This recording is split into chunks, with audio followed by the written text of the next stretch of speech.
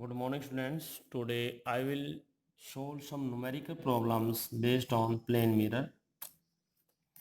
Question number 14. A ray of light striking a plane mirror has an angle of incidence 40 degree. Find the angle made by the reflected ray with the mirror. Given आपको एक plane mirror mm dash, angle of incidence I is equal to 40 degree. Angle x आपने find out करना है. ON normal at the point of incidence, AO incident ray of light, OB reflected ray of light. Incident ray of light AO makes an angle I with the normal, that is angle of incidence, which is equal to 40 degree, and a ray reflected OB makes an angle R with the normal, that is angle of reflection. Let a reflected ray makes an angle x degree with the mirror. ये जो reflected ray of light है बेटा आपकी O B, वो angle x degree बनाती है किसके साथ? प्लेन मिरर के साथ, यानी कि प्लेन ऑफ द मिरर. ये आपने फाइंड आउट करना है. ठीक है. अब यहाँ से देखिए, लॉज ऑफ रिफ्लेक्शन हम यूज करते हैं. Angle of incidence is equal to angle of reflection, that is 40 degree. I 40 degree है तो आर भी 40 डिग्री होगा. और जो एंगल बनेगा आपका एन ओ एम डैश, ये किसके बराबर होता है? आपका 90 डिग्री के बराबर है. इसका मतलब क्या हुआ?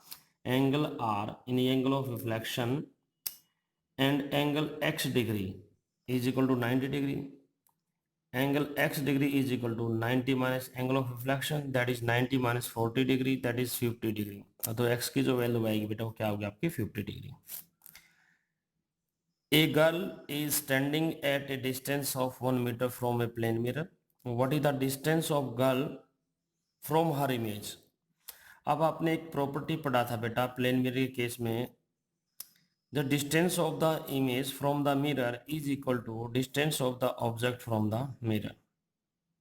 ठीक है, क्लियर है. अब मान लीजिए बेटा आपका ये प्लेन मिरर है आपका एम डैश. एक लड़की कहाँ खड़ी है?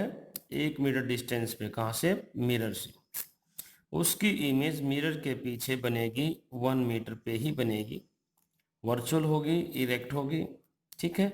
मान लीजिए इमेज ऐसे बनती है. ठीक है, सेम साइज की होगी. क्लियर है. अब हम बात करते हैं 1 मीटर डिस्टेंस प्लेन मिरर से गर्ल का है और प्लेन मिरर से उसकी इमेज का जी डैश है जो वो क्या आपका 1 मीटर. तो हमने पूछा है what is the distance of girl from her image. उसकी इमेज से जो गर्ल का डिस्टेंस बताना हमें. तो दोनों के बीच का डिस्टेंस 1 मीटर. ये बेटा 1 मीटर यानी कि 2 मीटर नहीं हो जाएगा क्या? क्लियर है ना? कोई डाउट इसमें? Question number 16. A ray of light strikes a plane mirror at 90 degree. What will be the angle of reflection and angle of incidence. बेटे ये प्लेन मिरर है आपका. एक रे ऑफ लाइट इंसिडेंट करती है किस पे? प्लेन मिरर पे. नॉर्मली जाती है वो 90 डिग्री पे आती है.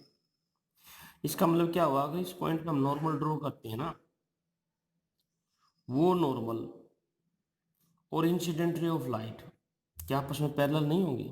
वो पैरेलल होंगी. और दो पैरेलल लाइंस के बीच का एंगल कितना होता है? 0 डिग्री. क्लियर है. तो एंगल ऑफ इंसिडेंस कितना हुआ? 0.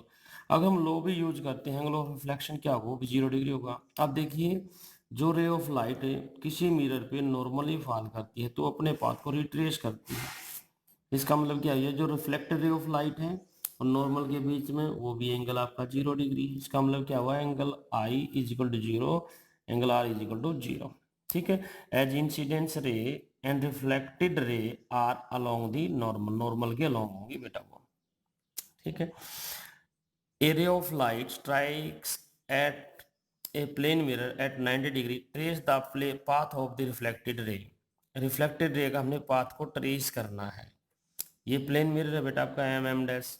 ठीक है. एक कोई रे आती है, कोई भी कलर हो सकता है बेटा, किसी भी कलर की हो सकती है. जरूरी नहीं है भाई व्हाइट लाइट ही हो, ग्रीन हो, येलो, कोई भी कलर हो सकता है बेटा आपका. ठीक है. आपसे ये क्वेश्चन पूछ सकता है येलो कलर की लाइट इंसिडेंट करती है, वाइट की करती है, या आप ग्रीन की कह सकते हैं। जो रे ऑफ लाइट इंसिडेंट होती है नॉर्मली और रिफ्लेक्ट होने के बाद अपने पाथ को रिट्रेस करेगी बेटा। रे ऑफ लाइट आती है उसी पाथ से वापस जाएगी वो, जब अगर नॉर्मली फॉल करती है मिरर पे। Question number 18, A ray of yellow light makes an angle of incident 20 degree, what will be the angle of reflection. तो लॉज ऑफ रिफ्लेक्शन यहाँ फॉलो होगा बेटे। अगर 20 डिग्री का एंगल, आप देखो डायग्राम में देखिए बेटा, ये नोटेशन है, सिर्फ ध्यान रखना है लॉज को। ये नहीं कि ये 20 डिग्री, जरूरी नहीं है 20 डिग्री एंगल है ये डायग्राम में, आपने सिर्फ ध्यान रखना है कि मेजरमेंट कितना है बस। ओ एन क्या है, नॉर्मल है, नॉर्मल के साथ हमें मान लो ये रे ऑफ लाइट है, ठीक है, मान लो ये रे ऑफ लाइट है ए ओ, और ये आपकी रिफ्लेक्टेड लाइट, ठीक है, क्लियर है ना। ये मान लो 20 डिग्री एंगल बनाती है तो एंगल ऑफ रिफ्लेक्शन भी आपका 20 डिग्री ही होगा, ठीक है। area of light, 19th question, area of light makes an angle of 20 degree with the mirror, what is the angle of reflection in this case। इस case में हमने क्या बना है, area of light makes an angle of 20 with the mirror, mirror के साथ बनाते बेटा आपकी बार एंगल।